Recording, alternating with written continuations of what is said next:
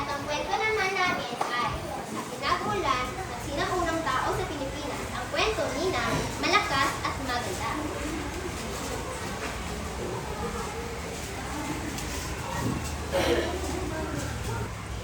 Noong unang panahon, wala pang lupa sa ating daigdig. Ang mayroon lamang ay may malawak na karagatan at kalagutan. May isang malaking ibon na madaragit na tila isang lawit. Isang araw, napagod ang ibon sa paglilipad, ngunit walang matang ang lupa. Kaya pinagkaspas ng ibon ang kanyang pakpak at umihip ang malaupos na hangin sa karagatan. Layanin ang malawak na karagatan at tumaas ng taas, abot langit. Nagpaunlan naman ng ang langit ng mga isla upang matamo ang karagatan. Nang tumapaya na ang karagatan, inutusan ang ibon na manahan sa isang isla at huwag na muli silang magpagambala sa inyo.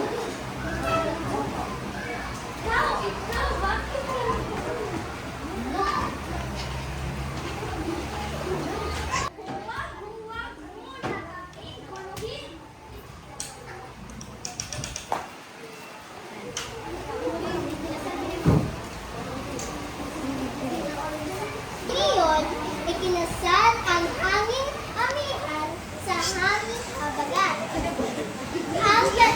Ang kanilang malakas na pagmamahalan ay nagluwal ng isang anak na kawayan.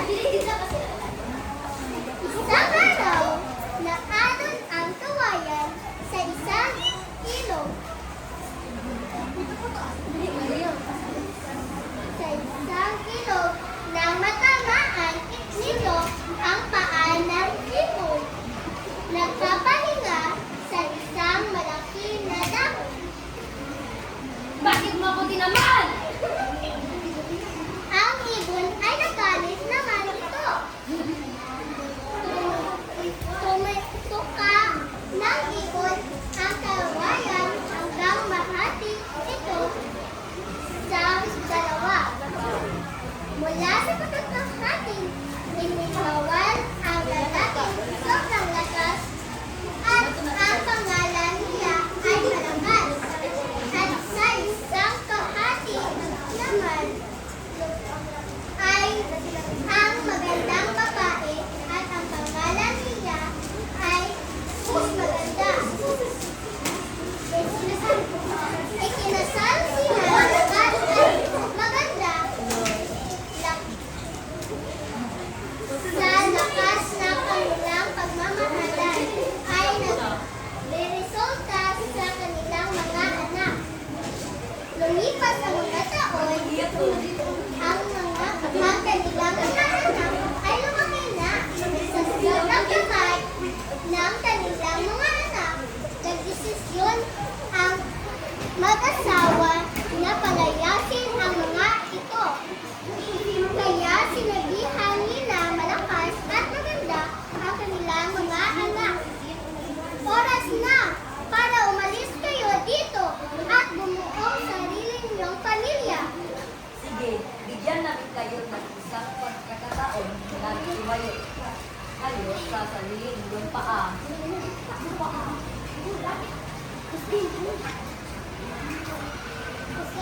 Lumipas na ang ilang taon at hindi pa rin